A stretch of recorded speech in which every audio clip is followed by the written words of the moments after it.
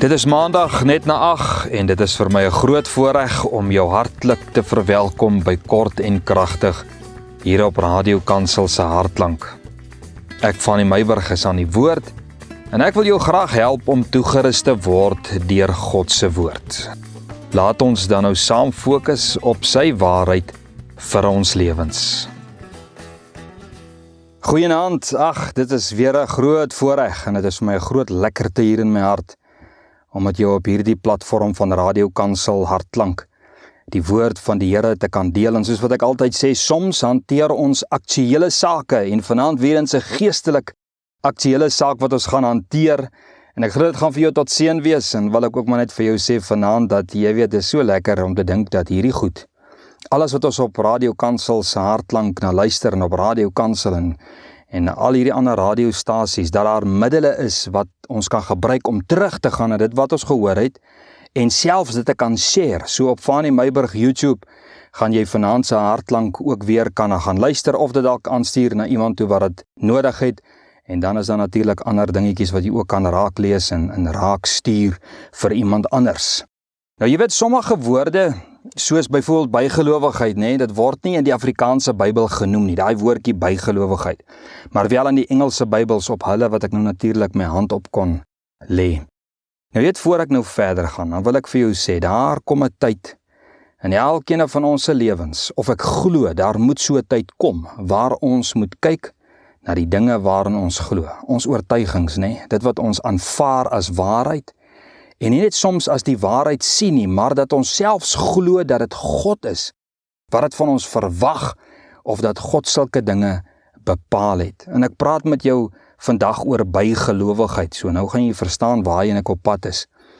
Dit is 'n onderwerp wat ons kan gebruik om ons oortuiginge mee te kan sif, hierdie begrip van bygelowigheid, en om werklik agter die kap van die byl te kom van die goed waarin ons glo.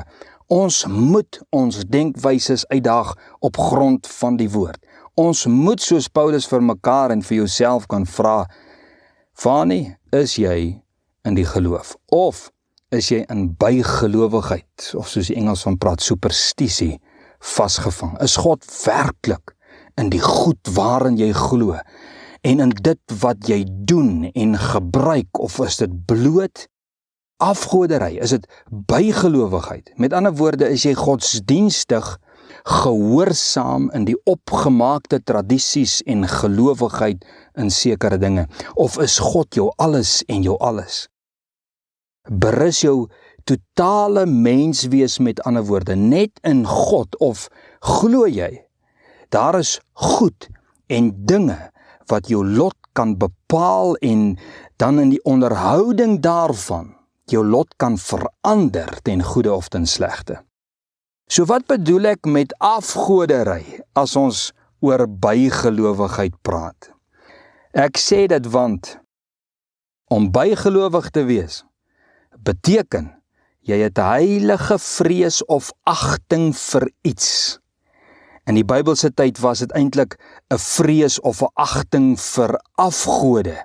Dit kan ook gedefinieer word as 'n vorm van godsdiens. Bygelowigheid kan gedefinieer word as 'n vorm van godsdiens. En in hierdie vrees of agting vir die gode het mense baie dinge gedoen en nie gedoen om hierdie vrees vir die gode af te weer of om hulle tevrede te stel. Hulle het hulle lewens ingerig om gode tevrede te hou, sodat hulle nie die gode kwaad maak en die konsekwensies daarvan sal beleef nie, of in die onderhouding daarvan natuurlik die guns van die gode sal kan geniet. En baie dinge wat hulle in die natuur opgemerk het hulle gevat as boodskappers van die gode, en dit het hulle gedrag bepaal. En hierdie afgodsvrees het verander in gebruike en gewoontes en is aangeneem selfs deur die Christene tot vandag toe. Dit het so deur die tradisies en die kulture geloop. En word daar steeds nuus ontdek, en geonderhou. En ek glo daar is honderde, dalk duisende bygelowe. Nou kom ons vat 'n bietjie byvoorbeeld, ons praat mos nou oor bygelowe. Kom ons vat 'n bietjie byvoorbeeld die uile op jou dak. Wat beteken die uile op jou dak? Het jy daai vrees? Hulle sê mos as 'n uil op jou dak kom sit, is dit dood, dis ongeluk wat jou huis gaan tref. Of hulle is draers van slegte nuus. Of erger, die Romeine het geglo hekse verander in uile en kom suig die bloed van die babas. Kyk, ja, kom ons los dit daar. Slange, nee, slange. Slange is demonies. Hulle dra boodskap van die duiwel en die dood en sleut. Dis 'n fobie, nee, wat in 'n godsdiens verander het. Het jy al mooi daaroor gedink? Trap sy kop, dis die duiwel. Soos Satan, hy moet uitgewis word, soos die Bybel sê, trap op sy kop word dit geglo. En wil ek nou vanaand vir jou sê, hoeveel arme slange was die ewigheid ingestuur, want die mens se bygeloof, sy afgodery, het hom van sy sinne beroof. Hoe voel jy oor die uile en die slange? Swart katte, hulle loop saam met die hekse. En hulle is boos, man, 'n swart kat, as hy oor die pad hardloop.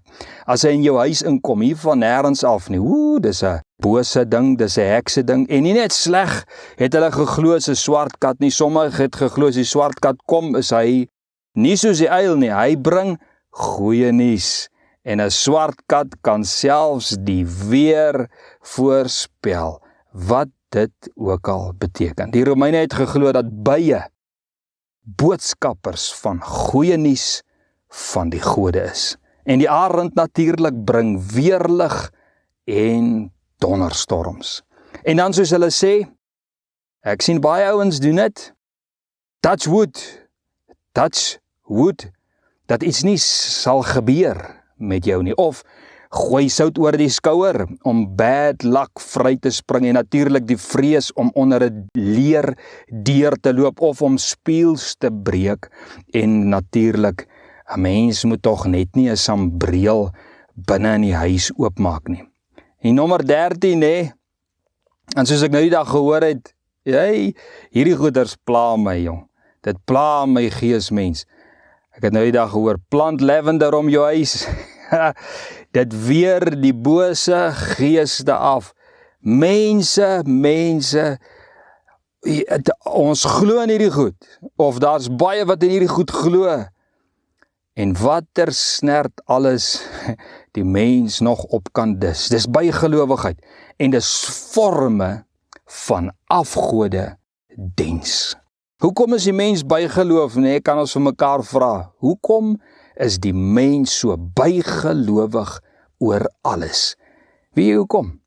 Die mens het 'n begeerte om sy toekoms en die uitkomste van sy lewe self te beheer, en hulle wil dit probeer self verklaar. En die mensdom wil sin maak van goed wat toevallig sy pad gekruis het. Of die mensdom wil waarde aan daardie goed en diere en toevallighede koppel. Ek onthou baie jare terug hoe die geroep van naguiltjies hier op die plaas, nee, in die nag, vir iemand die syne was waarmee die bose met mekaar gekommunikeer het. Bygelowigheid. Wat is jou verhaal? Waarmee is jy groot gemaak? Wat is in jou ingeprent? Wat het jy aangeneem? Watter bygeloof glo jy in? Wat gebeur aan jou binnekant wanneer die uil roep of op jou dak kom sit? Wat gebeur as jy die swart kat sien of as jy die slang in jou huis kry?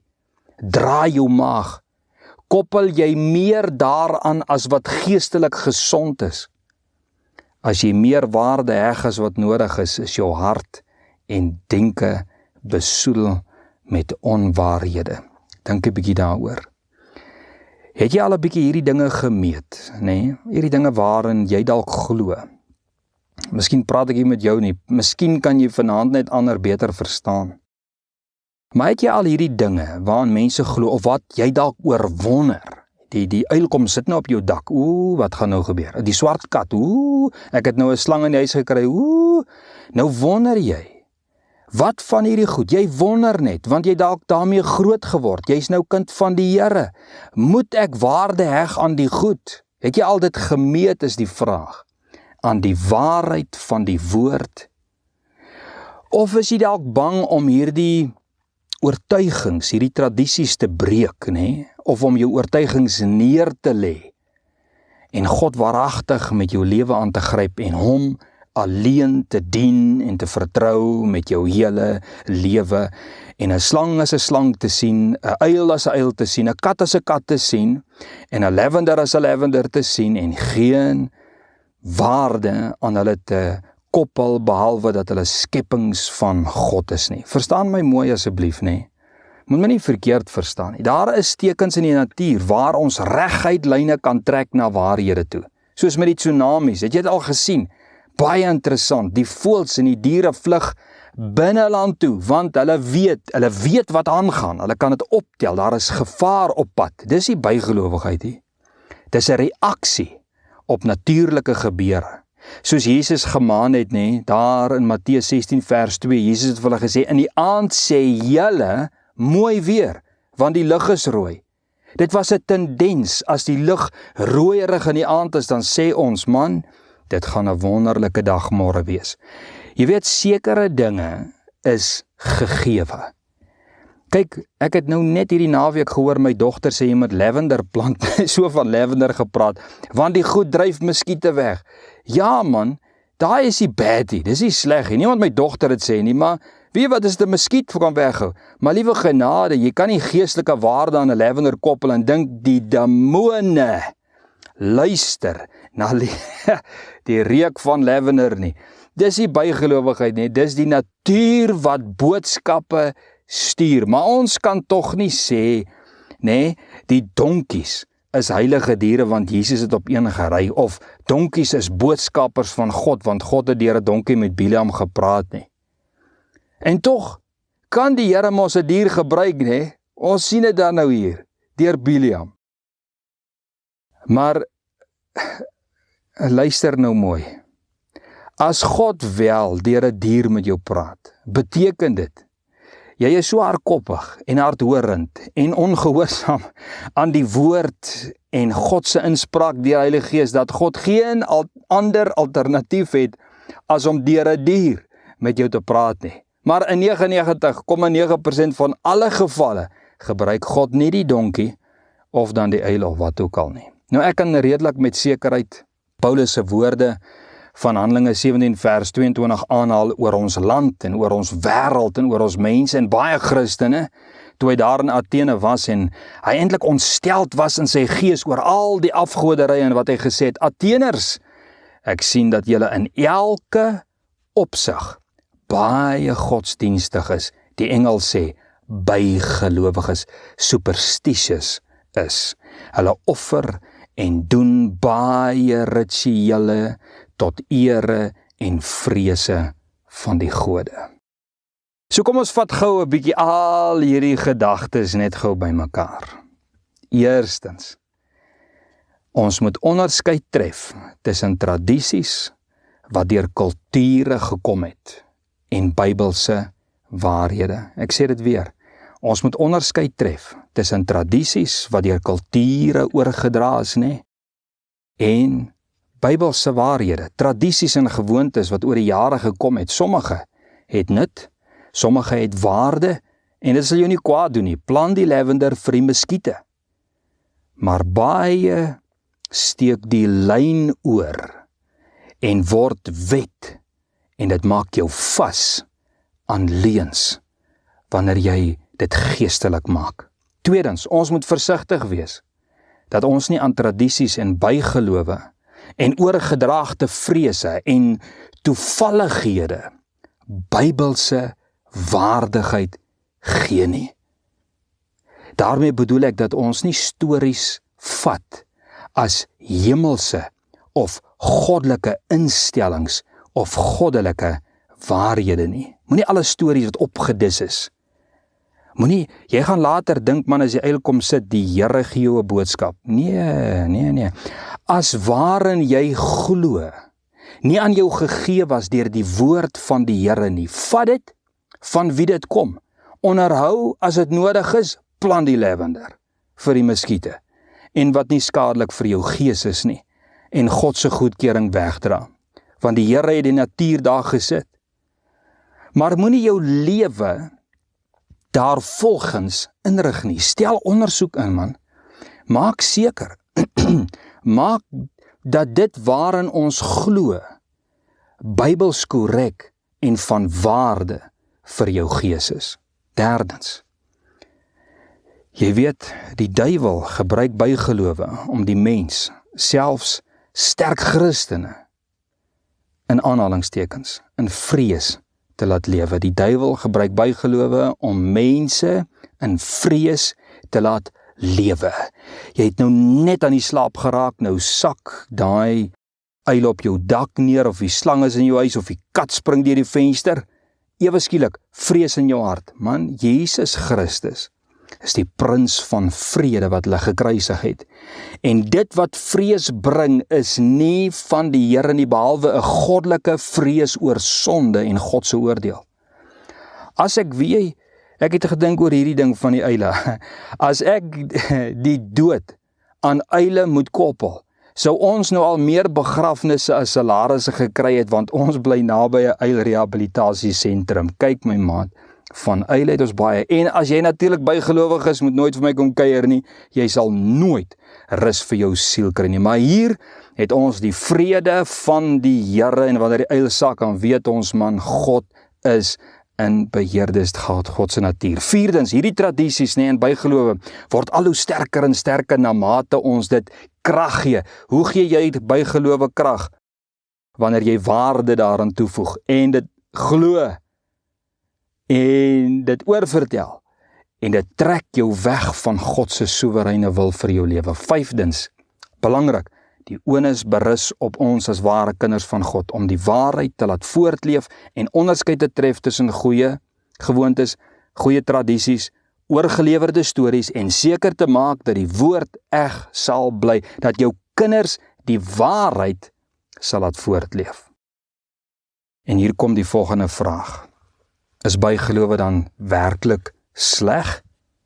Onthou, nie alles wat ons doen of in glo is onskuldig en skadeloos in die gees nie.